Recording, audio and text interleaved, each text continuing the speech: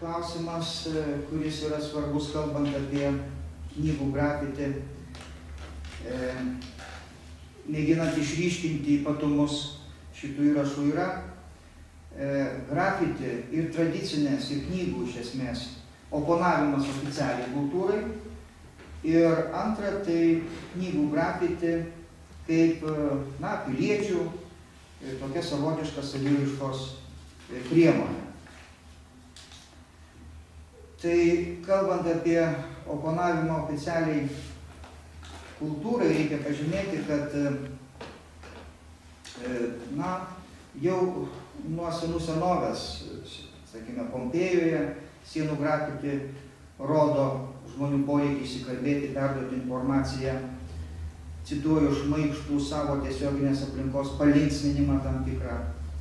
Žvelgiant retrospektyviai, tokių atvejų oponavimo nusistovėjusiai tvarkai aptiksime ir sovietinėje Maskvos grafiti, ir viduramžių Anglijos grafiti. Kalbant apie dokumentus, knygas, Estijoje įdomų tyrimą apie senųjų dokumentų grafiti yra atlikęs Talino miesto archyvo darbuotojas Juhanas Kremas. Jisai tyrinėjo dokumentų grafiti panašiai šiek tiek galbūt kaip ir minėtas Giuseppe Džebola, viduramžių notariato raidos kontekste.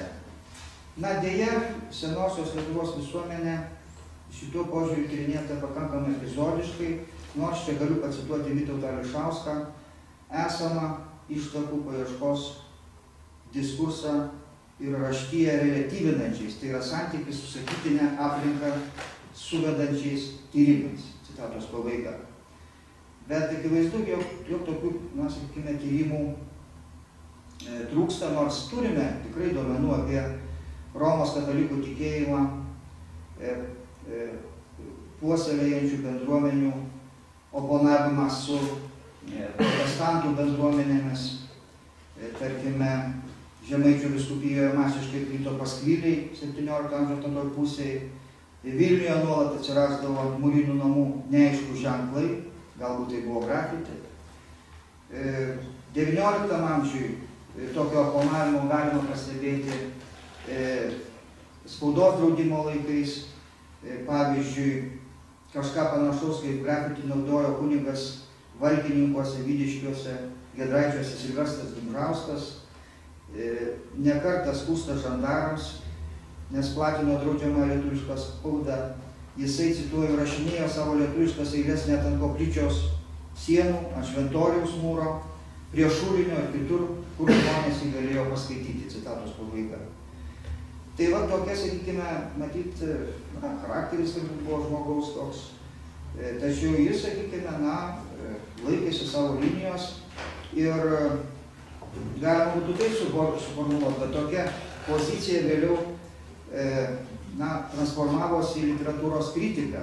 Ir po spaudos draudimo, pavyzdžiui, Lietuvoje galbūt kai kuriais atvejais į tokią radikalią revoliucinę grafiti. Tai vėl čia būtų sąsaja su mums artimesniais laikais, pavyzdžiui, amžinatilsį Sigitas Jegelevičius yra dar anais laikais parašęs įdomų straipsnį apie tą revoliucinę grafiti. Reiškia, kas kur kokius ten įrašus, tokius revoliucinius yra padaręs kokiam kaime, nes tie dalykai buvo registruojami tais laikais, tai buvo svarbu.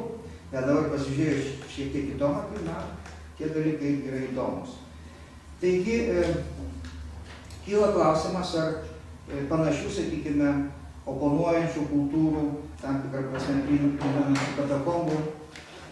katakombų laikus, tokios opozicinės kultūros elementų, kiek jų esama, kiek jų būta senosios Lietuvos visuomenė. Aišku, kad galime matyti, atsakyti į šitą klausimą, pasitelkę tik tai daugelio mokslo atstovų tyrimų duomenys, taip pat ir tuos duomenys, kuriuos mes čia šiandien aptarėme.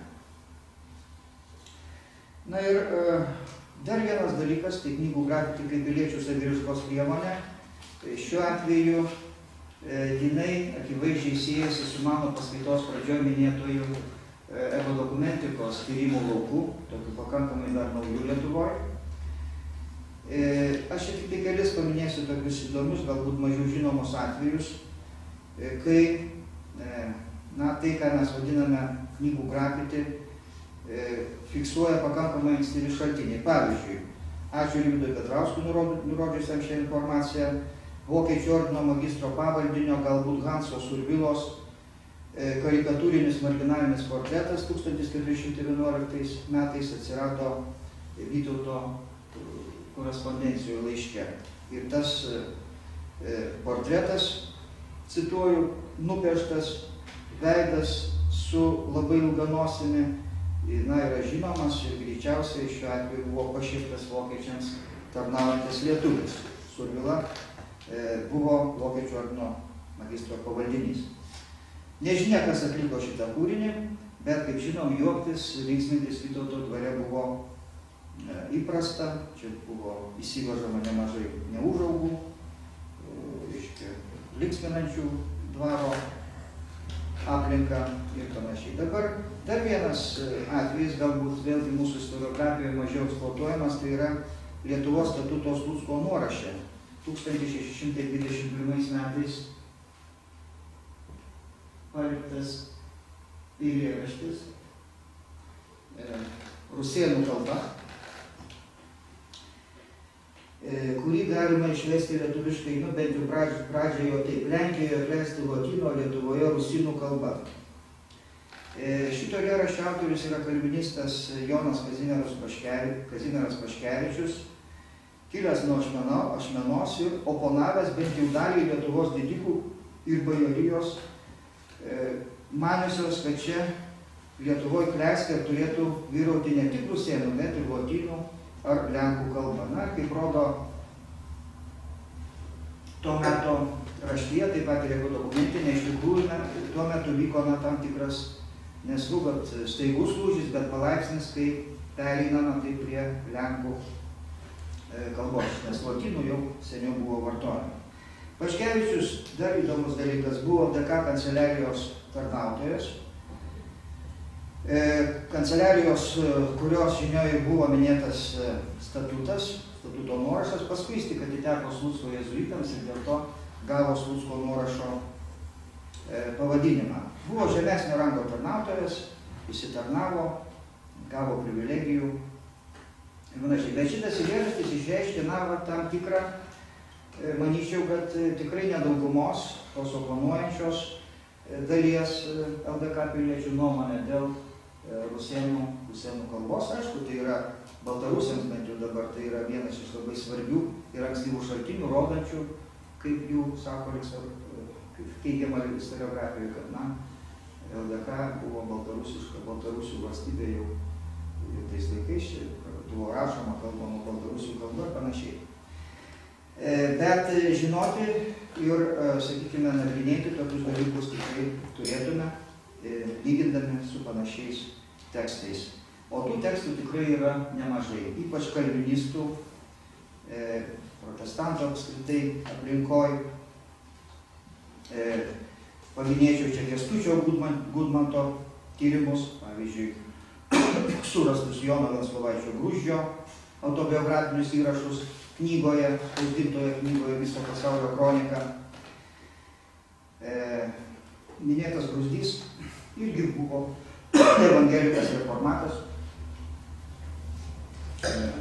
Žemaičių žemės teismo raštininkas, rašė, kaip nustatė Gudmantas, ir rusėnų, ir lenkų kalba. Va čia iš karto pažymėkime, vyksta tas perėjimas palaipsnis link lenkų kalbos. Dar vienas atvejis, tai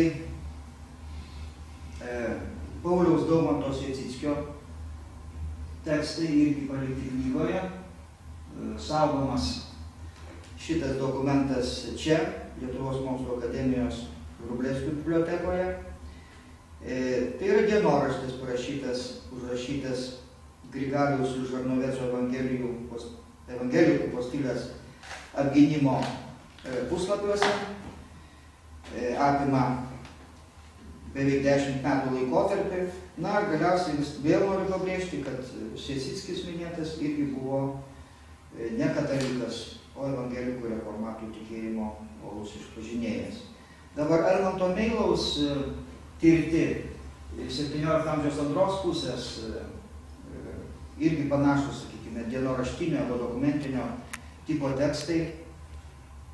Irgi rodo, kad dauguma jų autoriai buvo nekatalikai.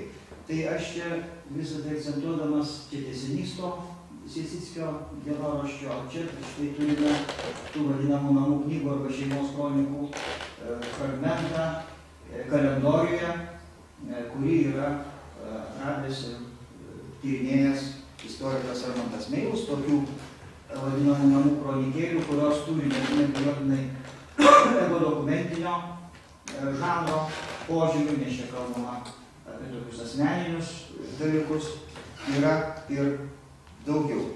Tai čia vėlgi noriu pažymėti, kad daugelis tokių tekstų autorių buvo nekatalikai. Tai ką aš noriu pasakyti, kad tekstai tokie atsiranda nebūtinai, sakykime, juose kalbama tiesiogiai apie netinkamą kažkokią aplinką, varžančią aplinką, bet ta visuomenės grupė, kuri atsiduria, pavyzdžiui, mažumoje tam tikrą prasme, jinai yra aktyvesnė, jinai dalyvauja, vadinkime, visuomenės gyvenime, reiškiasi tokiu pobūdžiu, reiškia savo nuomonę ir knygų, kalendorių, tuščiuose lapuose, yra aktyvesnė, reiškia, oponuoja, reiškia savo nuomonę daug dažniau negu pavadinkime tą, reiškia, didesnę tikėjimo konfesinių požiūrių visuomenės dalis. Dar vienas įdomus dalykas, kad tokie tekstai, čia jau noriu susijęti visą tą marginalijų pasaulį su ekodokumentika, kad tokie tekstai, kaip rodo tyrimai, dažniausiai tarnavo kaip pagalbinė priemonė, vėliau užrašant pakankamai plačius atsiminimus. Tai pavyzdžiui, yra nustatyta, kad Kristupas Zaviša iš pradžių rašė kalendorėlyje, tokius, sakykime, tekstus svarbesnius savo šeimos giminės gyvenimo įvykius, o paskui visą tai, sakykime, išplėstam variantą pateikė savo atsiminimuose.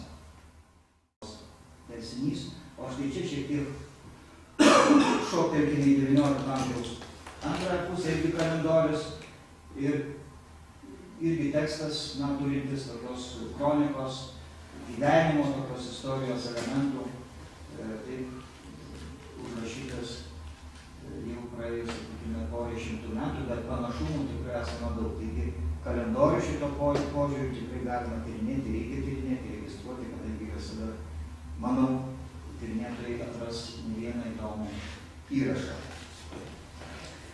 Dabar noriu pereiti prie tų įrašų, kuriuos paskaitos pradžioje įvardėjau kaip kūrybinė išraiška, iškrova, mėginant plunksną.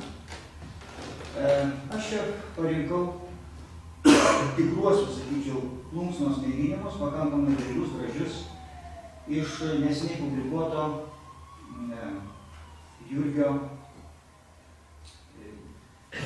Jozefo Jurgio Hilzeno dienoraščio. Jis keliavo 1752–54 metais su jį lydinčiu namų mokytoju Virvyčiu Mykolo kur Europą, mokėsi karalienės imperatorės Teresės kolegijoje Austrijoje, paskui pas namų mokytojus Paryžiuje, išvažiavo būdamas 16 metų, grįžo būdamas 17 metų. Taigi šiuo atveju matome, kad čia ne vienintelis atvejis, kai autorius šito dienoraščio greičiausiai mėgindamas plunksną, galbūt dar pakankamai neįvaldęs tos plunksnos, paliko tikrai, sakykime, įdomių paveikslėlių, įrašų, bet svarbiausia, man bent jau mums tyrinėjusiam šitą dienoraštį rėmusiam į publikavimą buvo tai, svarbiausia, kad būtent šitų įrašų, plunksnos mėginimų dėka mes nustatėme tikrąjį autorių šito dienoraščio, nes jis buvo identifikuotas kaip vieno iš Kosakovskių dienoraštis paprašė. Reiškia, tie įrašai, Juzef, kaip čia matom, taip pat daugiau tokių įrašų, įrašai visokių čia grafiti ir tiesiogiai, reiškia, palikti įrašai Juzef Hilzen leido nustatyti to dienoraščio autorystę. Taigi, tikrai svarbu šito požiūriu ne tik tai menotyrininkams būtų tokie, sakykime, tyrimai, bet, na, jie tokie įrašai, kaip ir, pavyzdžiui, Lietuvos statuto tyrinėtojams, padeda nustatyti, na, sakykime, to knygos ar rankraštinės atspausdintos kelią, socialinį vadinamą gyvenimą, savininkus ir taip ir panašiai. Na, kodėl iš čia piešia tiek daug tokių visokių architektūrinių fragmentų, galima teikti, kad jis labai domėjosi tais dalykais, nes grįžęs iš karto puolė, na, telkti lėšas ir pasistatė tokį dvarelį, tai jis neišliko, taigi greičiausiai ir vieno, čia matyt vienos kažkokių tai, tokio baroko košnaus statinių fragmentų elementai. Kaip matom, turėjo neblogą ranką ir, kaip matysime, na, mėgino netgi pavaizduoti nupiešti save, bet tai jam pavyko šiek tiek prasčiau.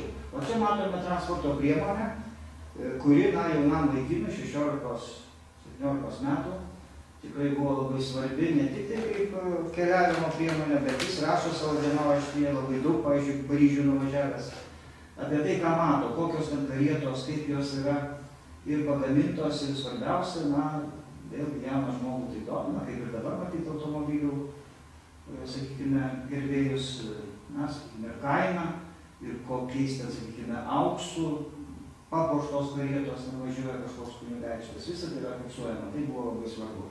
Tai irgi yra marginalinis ego dokumento, taip, marginalinis, sakykime, piešinukas. Čia tie įrašai, kurie padėjo mums nustatyti šito dienoraščio autorystę. Štai čia yra tokia monograma, Ježuvica, Staras Braslavski. Jis, būdamas jaunas, na, labai jau norėjo būti ir seniūnu, bet jo tapo, tuo metu paveldėdavo labai greitai pareigas iš tėvų. Tėvas užėmė tas pareigas, paskui tapo Mstislavlio vaivada. Ir čia, sakykime, jokių karjeros problemų nebuvo, bet, na, norėjau kuo anksčiau, matyti, taip rašęs ir užrašinėjo kaip Breslaujos seniūną.